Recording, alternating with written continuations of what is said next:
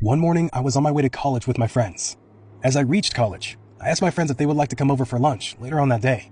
Both my friends Debbie and Jennifer said that they had other plans. Debbie was going bowling with her boyfriend, and Jennifer was going trekking with her boyfriend. It was at this point that I felt lonely and left out. Both of my friends were dating, and I had no one. That's when I decided to download Tinder. Up until this point, I had never been in a relationship before. I finished college and went on for soccer practice just like I did every day, since I was on the soccer team of my college. I was always athletic since I was a child, and spent most of my time playing some sport or another. My dad was really proud of this. I reached home and installed Tinder that day. I began to swipe. Left, right, left. I didn't expect much from the app, but I tried anyway. After a few days, I got my first ever match. It was a guy named Tom. He had brown hair and the brightest smile I'd ever seen. We began chatting and got familiar with each other pretty quick. We decided to meet later that weekend. I met him and we went out for dinner. During dinner, he spoke about many things, like how he has never been on a flight before and that he likes camping in the woods nearby sometimes. As we were talking, he asked, "Have you ever dated anyone before?" "No," I replied.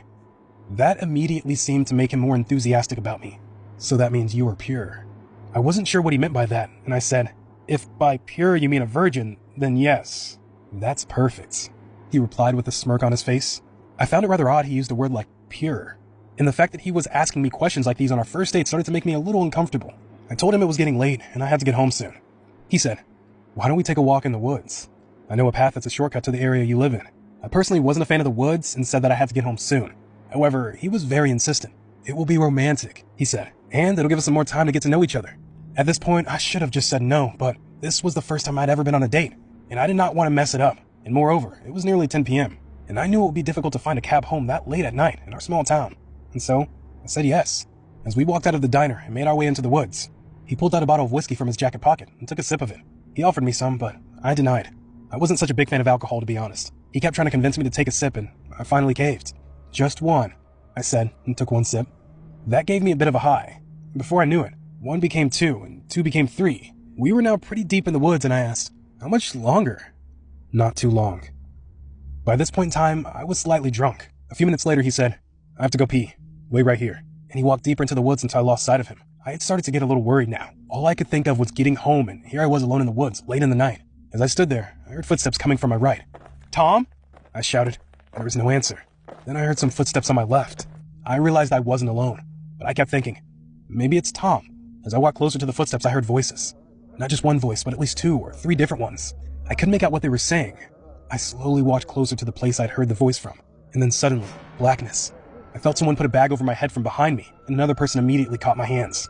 I screamed as loud as I could, and the moment I did, I felt a hard hit on my head. I had been knocked unconscious. The next thing I saw as I slowly woke is a small fire in front of me. As my vision cleared, I saw a group of people dressed in long red robes, with a hoodie that covered their faces. I was confused. I did not know what was happening. I only knew what I could see, and that was the fact that I'm still in the woods, and that I'd been knocked out. I realized that I'd been kidnapped. I had duct tape over my mouth. My hands were tied behind my back. "I'm going to die today," I thought to myself. "I've been kidnapped. I'm gonna be killed." I kept thinking. As I looked to my right, I saw another girl who was tied down just like me, only a few feet away. Where did she come from? Who was she? I wondered. She looked right at me with tears in her eyes. It felt as if she knew what was about to happen next. I noticed strange markings on the trees around me. There were symbols I had never seen before. And then I heard a voice I recognized. "Ah, you're awake. Good." I instantly recognized it as Tom's voice. He stood right in front of me in the red robe. He pulled the duct tape off my mouth. I yelled, "What's going on? Let me go!" Tom replied, "Now why would I do that? Do you know how hard it is to find someone pure these days?" He then turned back to the rest of the group and said, "We can begin now." Two men in red came and picked up the girl beside me and dragged her ahead. The poor girl kicked and screamed, but the men were too strong for her. They formed a circle around her and stripped her. I was trembling in fear as I watched. They started reciting some words in an unknown language. The chants got louder and louder. In this moment, I realized what was happening. This was some sort of evil satanic ritual. The markings on the trees, the red robes, the chants. I had been kidnapped by a satanic cult, and I was just about to witness a human sacrifice. My heart started pounding and I felt dizzy. I could not believe what was happening. I realized that I was going to be next. I did not want to die. I started crying. As the men in red chanted, one of them pulled out a knife and slowly walked to the girl, who was in the center of their circle. He split a cut in her arm, and then, on the other arm, they gathered around her and one by one, licked the blood that was dripping from her arm. The chants continued. The girl was screaming and screaming, but with the duct tape on her mouth, it did not make any difference. The man with the knife started cutting symbols into her naked body. A few minutes later, the chanting stopped. The girl lay there bleeding out with all these satanic symbols cut into her skin.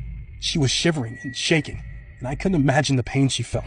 The men, one by one, walked to the fire, picked up a stick of burning wood. They circled around her and all at once leant forward and touched the flaming stick to her body from all directions. They were burning her alive, but slowly and painfully. As they did that, they all started chanting in that unknown language again. As I watched them sacrifice this girl, I heard a voice in my head. You have to get out of there. I immediately realized I needed to try and escape, because in a few minutes, I was going to be their next sacrifice. I kept pulling at the rope they tied my hands with, and somehow a miracle happens. I managed to get my hands free. I knew I was going to have to make a run for it. The moment I stood up, one of the men in red screamed, "She's escaping!" The whole cult suddenly turned towards me. I turned around and ran as fast as I could.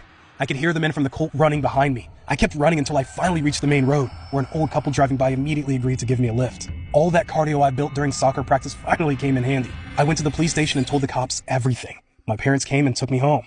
The next day, an officer dropped by our house and told us that they could not catch anybody from the satanic cult. By the time they reached the site of the ritual, all that was left was the burnt body of the young girl who was kidnapped with me. I was filled with a deep sadness. I wish I could have done something to help her, but honestly, I was just glad that I made it out alive. I was never going to use Tinder again. A few weeks passed, but the memory of that night still is crystal clear in my mind. I woke up one morning, and as I stepped out the door to head to college, I saw what I wish I had never seen again. All the trees in our front yard had been marked with symbols. The same symbols the trees in the forest were marked with that night. Satanic symbols. My whole body froze as I realized this wasn't over. They were going to come for me again. The cult still wanted to sacrifice me, and there was nothing I could do to stop them.